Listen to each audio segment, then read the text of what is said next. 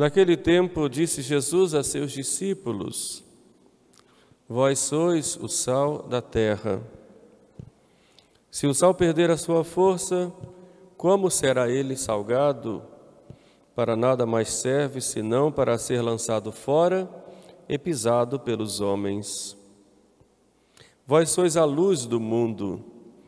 Não pode esconder-se uma cidade situada sobre um monte, como também não se acende uma luz para pô-la debaixo do alqueire, mas sim sobre o candeeiro, a fim de que ela dê a luz a todos os que estão em casa.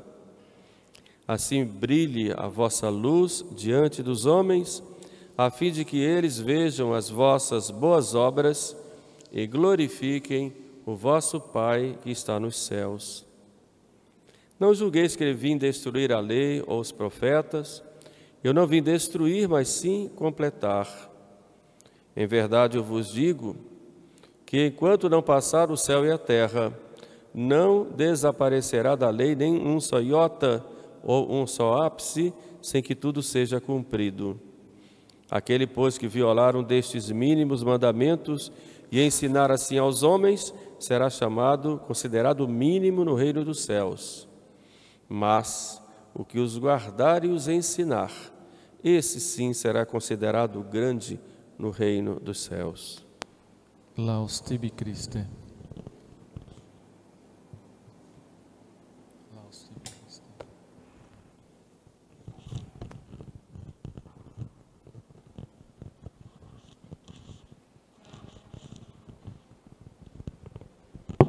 Como disse no início da Santa Missa, hoje nós celebramos a festa de Santo Antônio, chamado Santo Antônio de Pádua ou Santo Antônio de Lisboa, né? Nasceu em Lisboa e morreu em Pádua. Na verdade, o nome dele era Fernando e ele entrou na ordem dos cônegos agostinianos e se tornou cônego, se tornou sacerdote, mas teve uma grande experiência já como sacerdote, diante de uns frades franciscanos que foram a Marrocos para pregar o evangelho para os muçulmanos e depois voltaram, os seus corpos voltaram porque eles foram martirizados e passaram então por Coimbra, onde estava Santo Antônio. E o Fernando, ele foi muito tocado por aquela visão, contemplando aquelas relíquias, e sentiu em si um desejo muito grande de sair pregando o evangelho, sobretudo para os muçulmanos, e o desejo também de dar a vida por Nosso Senhor no martírio, como aqueles mártires, protomártires franciscanos. Por isso ele pede a entrada na ordem franciscana, é aceito, e muda o nome para Antônio. E vai também para Marrocos para pregar para os muçulmanos e também para dar a sua vida por Cristo. Acontece que os nossos planos muitas vezes não são os planos de Deus, queremos alguma coisa e Deus quer outra, e Deus quer sempre o melhor para nós.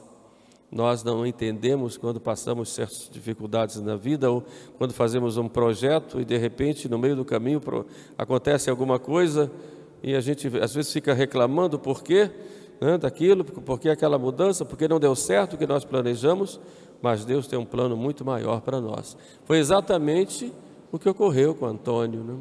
O seu projeto era dedicar-se a Deus, tinha a reta intenção e foi para a ordem franciscana para pregar para os muçulmanos e até morrer lá. Mas o plano de Deus era outro para ele. E Deus é tão sábio que aproveita aquilo que nós fazemos e faz a coisa acontecer de acordo com a vontade dele, né? E foi o que aconteceu com Antônio. Foi indo a Marrocos, ficou doente e teve que voltar, né? E na volta o seu barco vai desviado para a Itália. E aporta na Itália e lá então conhece São Francisco e começa a manifestar. Primeiro fica quietinho no convento, ninguém o conhecia, e havendo a necessidade lá de um pregador, por ocasião de uma ordenação, o pregador convidado não estava presente e chamaram Antônio para pregar. Parecia um fradezinho muito simples, que ninguém dava importância, quase não falava, e ele então faz uma pregação tão bela e tão profunda, fruto de uma união tão íntima com Deus, que ficam todos admirados, e ele então, a partir daí, recebe, né, a autorização para pregar, e começa a pregar. Prega em toda parte, nas igrejas, nas praças, e prega na Itália, vai pregando missões, sobretudo ao povo mais simples, depois vai à França também, e era uma época onde os cátaros, os hereges, né, cátaros, estavam crescendo a cada dia. Santo Antônio era muito firme, né, na defesa da fé, por isso foi chamado de martelo dos hereges, né? Portanto, se destaca como grande pregador. E as suas pregações, que atraíam sempre multidões, eram sempre corroboradas por Deus pelos grandes milagres que ele fazia. São muitos os milagres de Santo Antônio, o milagre do pão para os pobres, o milagre de pregar para os peixes, né? O padre Antônio Vieira tem um sermão sobre a pregação de Santo Antônio aos peixes, muito belo, muito belo. Você mostra a grandeza dele de ir pregando por toda parte, e Deus vai confirmando aquela pregação com muitos milagres. Santo Antônio, ele pôs esse exemplo para nós, depois ele foi nomeado, foi definido, digamos assim, como doutor da Igreja, né? Recebeu esse título de doutor da Igreja pelo Papa Pio XII, mostra que a pregação dele não era pregação só para aquela época, mas era uma pregação para todos os tempos e para o mundo inteiro. Assim a Igreja com seus sábios, né? Que falam sempre em nome da Igreja, em comunhão com a Igreja. Nós nunca podemos querer uma sabedoria que não seja a sabedoria da Igreja, porque nós não somos nada, não sabemos nada. O Espírito Santo é quem guia a Igreja e vai nos mostrando o que é que nós devemos aprender e ensinar, que está lá contido no magistério. Esse sim tem a garantia da infalibilidade. Fora disso, estamos sempre em terrenos escorregadios e muitas vezes caímos. Por isso, qualquer ação que nós façamos na obra da evangelização deve ser sempre em comunhão com a Igreja. Hoje, no Evangelho, a Igreja nos mostra um trecho do Sermão da Montanha, em que Jesus mostra exatamente o que os cristãos devem ser. O Sermão da Montanha é, digamos, um resumo de toda a pregação de Jesus. O que é que Jesus quer de nós? Qual é a sua missão no mundo de Salvador? Mas o Salvador que ensina, é o pastor que ensina. Está tudo resumido ali, de modo muito simples, no Sermão da Montanha. E Jesus nos diz o que é que nós devemos ser. Hoje o Evangelho nos diz que nós devemos ser sal e luz. Vós sois o sal da terra e vós sois a luz do mundo. O que é o sal, né? Qual é a função do sal, né? O sal tem um duplo significado. O sal, em primeiro lugar, ele dá sabor. Ele tempera os alimentos. Um pouquinho de sal é suficiente para temperar todo um alimento. Mas o sal também conserva. Em muitas culturas, o sal é colocado na carne, por exemplo, para conservar. Daí nós temos hoje o bacalhau, né? Conserva com sal. Não havia gelo, sal, não? E aquilo era curtido, né? Então o sal, ele livra da corrupção, conservando, e ele tempera. Assim é o cristão. Quando o Cristo diz que nós somos o sal da terra, significa que nós devemos ter o sabor de Deus, ter uma vida íntima com Deus, para neste mundo em que nós estamos, nós darmos o sabor de Deus ao mundo, através das nossas ações, sobretudo. O que é a santidade, né? Às vezes a gente imagina que ser santo é fazer muitos milagres, muitas orações, ser santo é receber muitas vezes o sacramento, ter um grande conhecimento das coisas. Isso tudo é importante, mas a santidade não consiste nisto. A santidade consiste na nossa configuração a uma pessoa, que é a pessoa de Jesus Cristo. Nós temos hoje no mundo muitos reformadores, ou muitos que se colocam como reformadores, mas nós temos poucos santos. Mas, na verdade, os verdadeiros reformadores na história da igreja foram os santos, porque foram sal da terra, pela sua vida e pela sua configuração a Jesus Cristo. Mesmo vamos pegar os tempos modernos, pegamos o exemplo de um santo Padre Pio.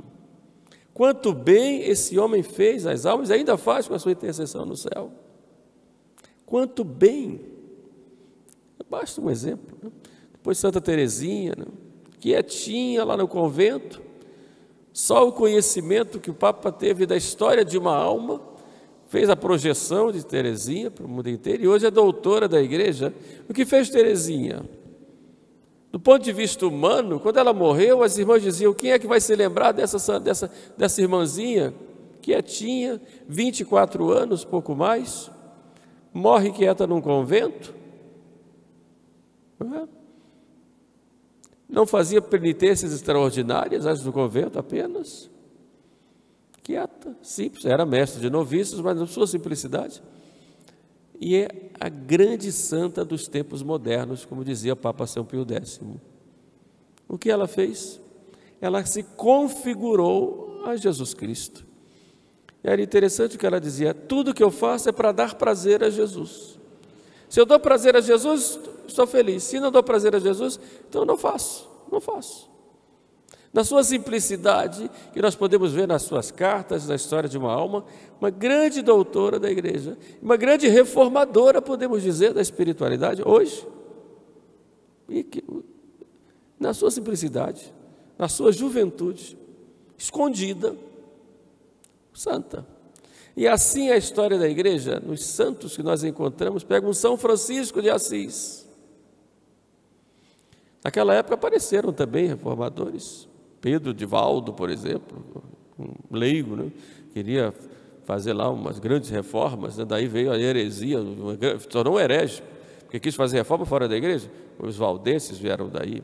E assim tantos e tantos e tantos, né?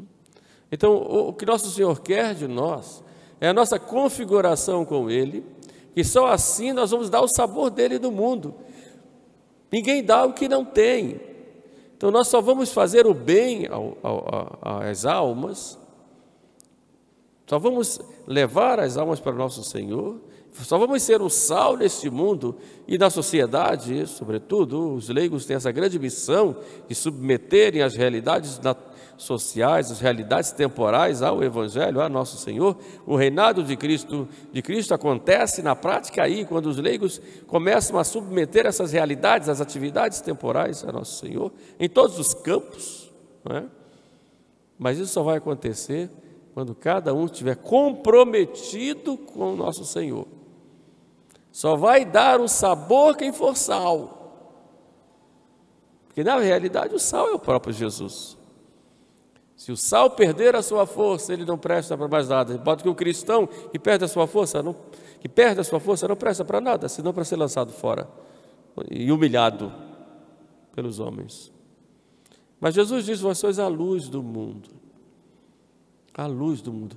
É interessante que em outro lugar, ele, lá no templo de Jerusalém, que tinha um candelabro imenso, né, cheio de luzes, né, e que iluminava aquela...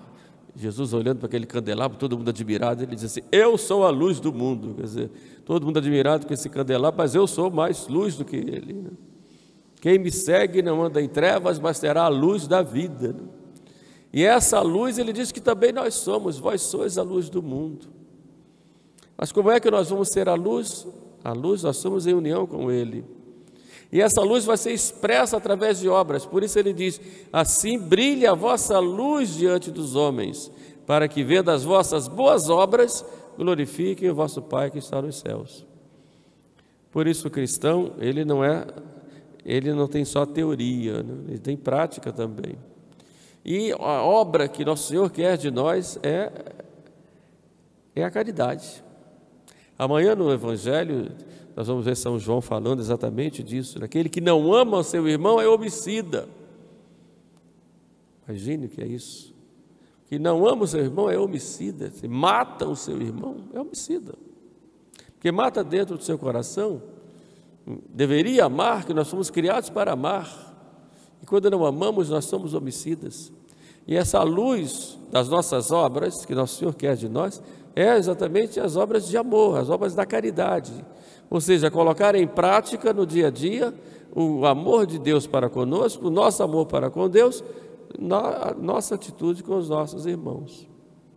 A igreja resume isso nas obras de misericórdia, mas são só resumo, é só um resumo, porque cada coisa que nós fazemos, nós temos que cuidar dos nossos irmãos, em todos os sentidos, espiritual e material.